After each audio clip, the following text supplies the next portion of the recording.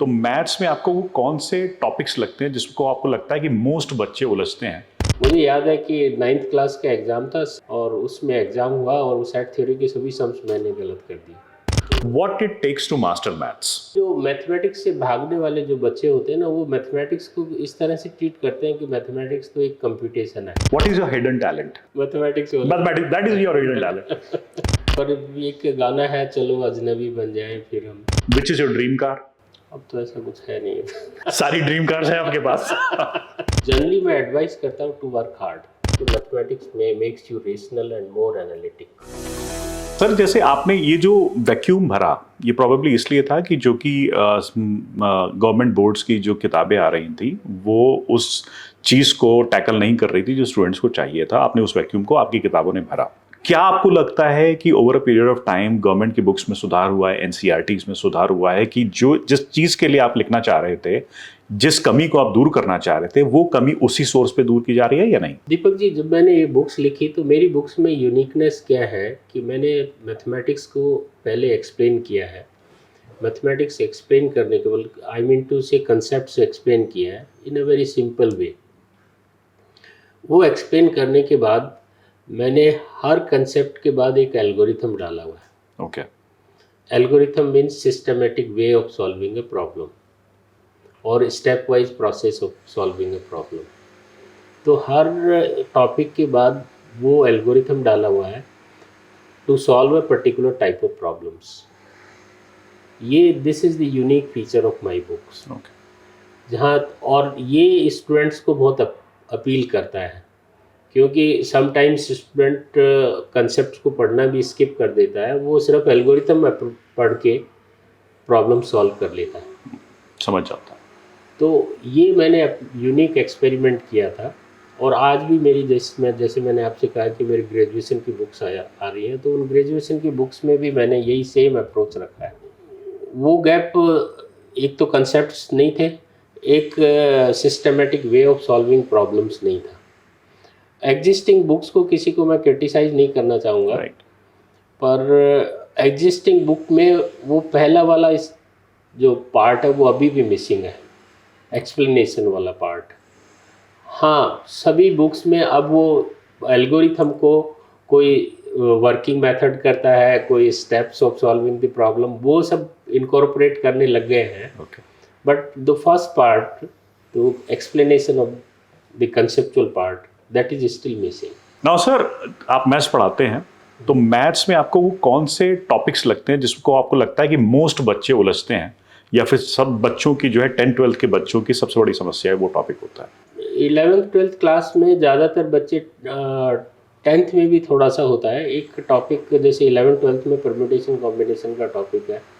9th class onwards एक topic introduce होता है प्रोबेबिलिटी का। तो ये दो ऐसे टॉपिक्स हैं जिसमें बच्चे as well as teachers normally avoid करते हैं, जिसमें उनको प्रॉब्लम्स आती हैं। आपके ऐसा डिफरेंस, अगर उनको मैं एक लाइन में कहूँ कि आप उनको टिप देंगे कि इन दोनों चीज़ों को अगर अच्छे से सीखना है बच्चों को तो ये कर लो।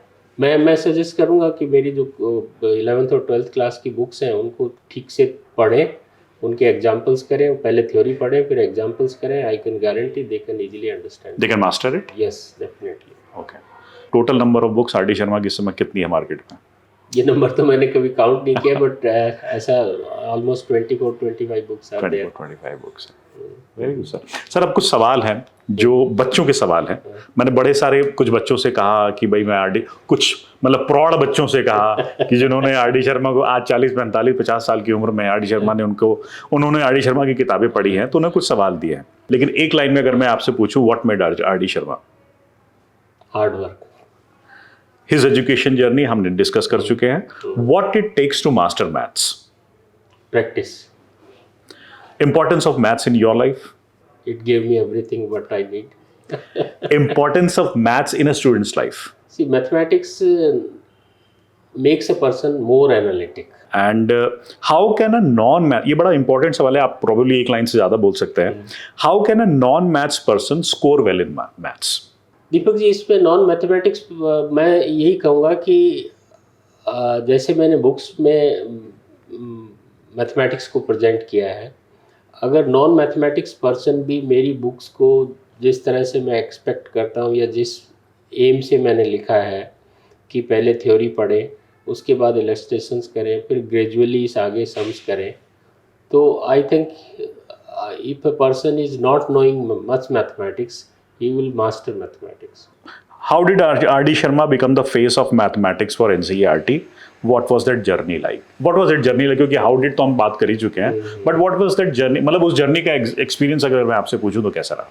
एक्सपीरियंस तो बहुत अच्छा ही रहा at every you can say walk of life. It was सफलता तो बहुत थी, एक्साइटिंग था, and there were lot of successes. कुछ रिग्रेट, कुछ चैलेंजेस आपको लगा? नहीं, मुझे कभी कोई ऐसा नहीं, कोई regret? No regret, no challenge. Okay, very good sir. And then during your school did you ever struggle in maths? मुझे एक स्ट्रगल तो नहीं कहूँगा दीपक जी, एक इंस्टेंस अभी भी याद आता है. When I was in 9th class, I will not say struggle, that is over confidence. और मैं अपने स्टूडेंट्स को भी ये नॉर्मली सजेस्ट करता हूँ कि you should not be over confident at all. मुझे याद है कि 9th क्लास का एग्ज़ाम था,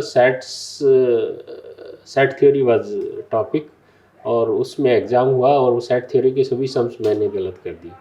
Okay. और that was only due to over confidence. And how did you overcome it then in future? Keeping this thing in mind, मतलब still when I write, I normally think, जैसे मैं अपने grand daughter को भी कई बार कहता हूँ कि when you are writing something you should not be over confident, you must always remember. तो मुझे तो, मैं अपनी लाइफ में तो मैं आज भी उस इंसिडेंट्स को याद करता हूँ. और थ्रू आउट मेरी लाइफ मैं जिस भी एग्जामिनेशन देने गया, मैंने एग्जामिनेशन हॉल में घुसने से पहले अपने आप उस इंसिडेंट्स को मैंने रिकॉल किया कि you have not to be over confident. Okay.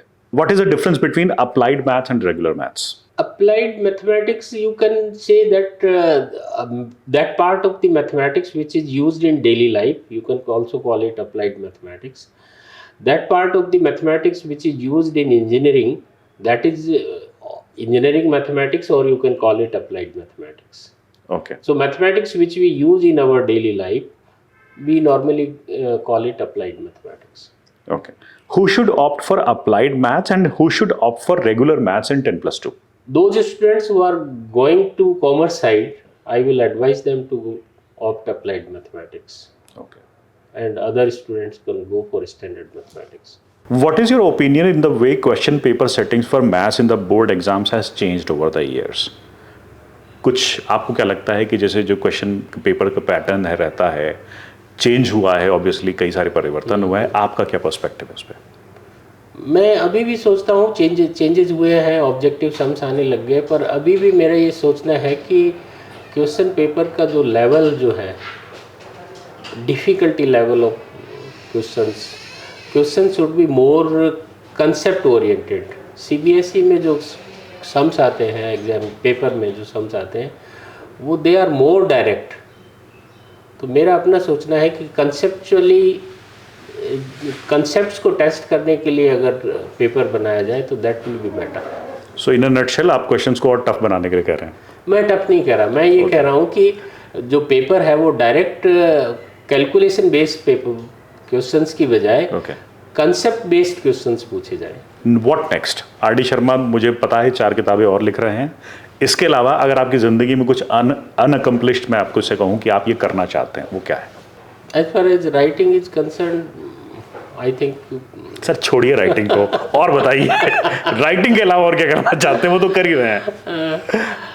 मैं अब ये सोचता हूँ कि कहीं पर कोई शांत सी जगह हो, वहाँ जाके अपन आराम से शांति का जीवन जीना चाहता हूँ. Okay, very nice. एक छोटा सा रैपिड फायर राउंड, 1 वर्ड आप आंसर दे सकते हैं. What is your nickname? Ravi. बच्चे किस निकनेम से बुलाते हैं जो आपको चुपके से पता चला हो? ऐसा मैंने कभी, जैसे जनरली स्टूडेंट्स, आप भी स्टूडेंट रहे होंगे, टीचर्स के नाम रख लिए जाते हैं. R.D. शर्मा का क्या निकनेम बच्चों ने रखा? RD. What was your major in college? Major, you mean to say subject? Right. Abstract algebra and real analysis. आपने MPhil किया है? No, I didn't do it. Your highest degree is PhD. PhD. What was the topic of PhD? Magnetohydrodynamics. Which is your dream car? अब तो ऐसा कुछ है नहीं. सारी ड्रीम कार्स हैं आपके पास. I actually lost interest in vehicles. Earlier I used to be very fond of. Okay. तो अब मेरा वैसा कोई interest Which is your favorite vehicle that you own? Fortuner. Okay. Have you ever written shayari? No never. Never? No. Never even for your wife? No. Okay. What is one thing that you regret spending money on? On cars. What movie did you enjoy watching the most? भूल गया. बागबान. What movie do you quote to your students कि इस movie में ऐसा हुआ था? एक कोई ऐसी मूवी जो आपने कभी कोट की हो? नहीं ऐसा. ओके. स्टूडेंट को जब आप एग्जांपल देते हैं, आप क्या एग्जांपल सबसे ज़्यादा देते हैं? स्टूडेंट को एग्जांपल ऐसा तो मैं ऐसा कुछ नहीं देता, बट जनरली मैं एडवाइस करता हूँ to work hard. Which dish do you cook best? अब तो कैसा कुछ कुकिंग का. You don't cook? Okay. What story do you tell most often? I used to tell to my kids about my journey and all this. What is your hidden talent? Mathematics also. Mathematics, that is your hidden talent. Things that you can't live without, apart from mathematics. My kids. What is one thing you wish enjoyed more than mathematics? Living in a very cool and calm hill area. जहाँ पे कोई भी cameraman या कोई भी journalist मेरे जैसा ना पहुँच पाए. What never fails to make you laugh? Smile of my children. Children? Granddaughter. मिठाई विठाई कुछ खाना पीना. Okay. What is your favorite way to work out? Morning walk. Morning walk. Maths, आप मैथ्स पढ़ाते हैं, मैथ्स के probably one of the well known teachers हैं आप. उन मैथमेटिशियंस के लिस्ट में चूंकि आप हैं, तो मैथ्स एज अ सब्जेक्ट किसी स्टूडेंट को क्यों पढ़ना चाहिए? What is the importance of maths in a students life? जैसे मैंने अभी आपको कुछ टाइम पहले बोला था कि मैथमेटिक्स में makes you rational and more analytic. This is a general term. In day-to-day life, nowadays mathematics is required almost at every step. Say for example, a child goes to some showroom or some mall to buy something. After buying certain number of articles, he asks for the bill. There also a lot of mathematics is required. Multiplication of matrices occurs there. So at every walk of life mathematics is being used. So that's why mathematics is very important, not only for a normal person, but say for engineers. Nowadays the economy has opened, lot of job opportunities are coming. If you go to computers, lot of mathematics is used. If you talk about a civil engineer, again mathematics is used. So mathematics is directly or indirectly used, you can say, in everybody's life. Sir, जैसे देखा जाता है ना, कई बच्चे maths से भागने के लिए अलग कोर्सेज लेते हैं, लेकिन फाइनली आगे मिलती मैथ्स है. हाँ, तो बिल्कुल ठीक तो कर रहे हैं. ऐसे बच्चों के लिए क्या एडवाइस देंगे? क्या मैथ्स से भागा जाए या फिर मैथ्स को आर.डी. शर्मा की किताब पढ़ के समझा जाए? ऐसे बच्चों को क्या एडवाइस देंगे? नहीं, जो मैथमेटिक्स से भागने वाले जो बच्चे होते हैं ना, वो मैथमेटिक्स को इस तरह से ट्रीट करते हैं कि मैथमेटिक्स तो एक कंप्यूटेशन है, एडिशन, सब्ट्रैक्शन, मल्टीप्लिकेशन, डिवीजन है. वो मैथमेटिक्स की ब्यूटी को एंजॉय नहीं कर पाते, और वो एंजॉय इसलिए नहीं कर पाते कि वो सब्जेक्ट की डिलीवरी उस तरीके से नहीं होती. मैट्रिसेस जैसा एक एब्स्ट्रैक्ट सब्जेक्ट है, बच्चे को बता देते हैं कि ये रेक्टेंगुलर अरेंजमेंट एक मैट्रिक्स होता है. मैंने बच्चों को ये नहीं बताया कि ये रेक्टेंगुलर अरेंजमेंट है, कुछ ये है. मैं सिंपली क्लास में गया, उनको बच्चों को बोला कि suppose there is a farmer producing wheat, rice and barley से. ये 3 आइटम वो प्रोड्यूस कर रहा है. प्रोड्यूस करने के बाद मार्केट में वो उनको सेल करने जा रहा है. तो सेल करते व्हीट की ये उसको रेट मिल रहा है, राइस का ये मिल रहा है, बार्ले का ये मिल रहा है. आप मुझे ये बताओ कि उसका टोटल रिटर्न कितना होगा? ओके. तो उन्होंने रिटर्न अपने तरीके से कैलकुलेट करके बता दिया. मैंने कहा कि आपका एक कॉलम में आप जो है आइटम्स प्रोड्यूस लिख दो, दूसरी रो में आप उनकी प्राइसेस लिख दो. तो एक कॉलम में 3 एंट्रीज होगी, दूसरी रो में 3 एंट्रीज होगी. फिर मैंने कहा आप इनको ऐसे मल्टीप्लाई करके ऐड कर लो. ये एक रेक्टेंगुलर अरेंजमेंट है, ये अरेंजमेंट है, ये दोनों क्या है? मैट्रिसेस हैं, और इनके प्रोडक्ट से आपने क्या निकाल लिया? Total. amount received by the farmer. तो ये ब्यूटी ऑफ मैथमेटिक्स है कि आप उसको किस तरह से प्रेजेंट करते हो. दे विल नेवर मतलब फॉरगेट दिस थिंग कि मैट्रिक्स क्या है, मैट्रिक्स मल्टीप्लिकेशन कैसे यूज़ हो रहा है. तो सब्जेक्ट को इंटरेस्टिंग बनाना एक टीचर का बहुत बड़ा टीचर का, मेरा वही आपसे सवाल था कि टीचर का रोल ये बड़ा इंपॉर्टेंट है. टीचर का बहुत बड़ा रोल है. सर अब मैं डीएसयू की बात करूं कि मैं Delhi school of university and entrepreneurship university में आप पढ़ा रहे हैं, ये यूनिवर्सिटी कैसे बच्चों का जो जीवन है चेंज कर रही है? देखिए, मैं इस टेक्निकल एजुकेशन से मैं I am associated for the last 30-35 years. मैंने जब टेक्निकल एजुकेशन में ज्वाइन किया था,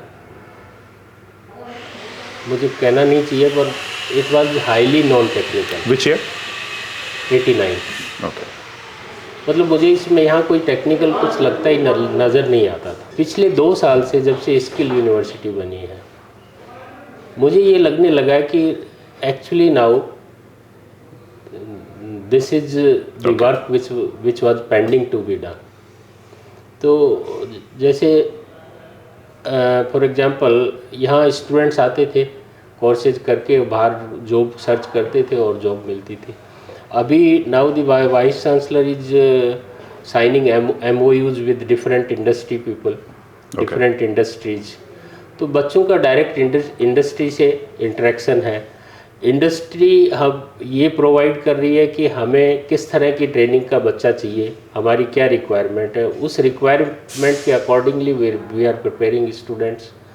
सो that is the most significant contribution of this Delhi Skill and Entrepreneurship University in the society. And sir, मैं DSU की बात करूँ, what is your role here in DSU? I am teaching mathematics here, working as vice principal. Okay. And you're teaching mathematics to which students? To diploma students. तो वो बच्चे जब इस university में एडमिशन लेते हैं और अचानक से उनको RD शर्मा दिखते हैं, क्या रिएक्शन होता है उनका? अब रिएक्शन तो बच्चों का यही होता है कि जब मैं क्रॉस करता हूँ तो पीछे से एक स्टूडेंट दूसरे से कहता है, look RD Sharma is going. RD Sharma के जीवन से अगर मैथ्स निकाल दी जाए तो क्या बचेगा? वैक्यूम. RD शर्मा का फियर क्या है जीवन में, एक डर जो आपको हमेशा लगा होता हो? ऐसा तो मुझे नहीं, बट ऐसा कभी मुझे लगा नहीं कि किसी तरह कोई खौफ किसी तरह का, कोई खौफ नहीं लगा आपको? नहीं, इस तरह का कोई डर नहीं.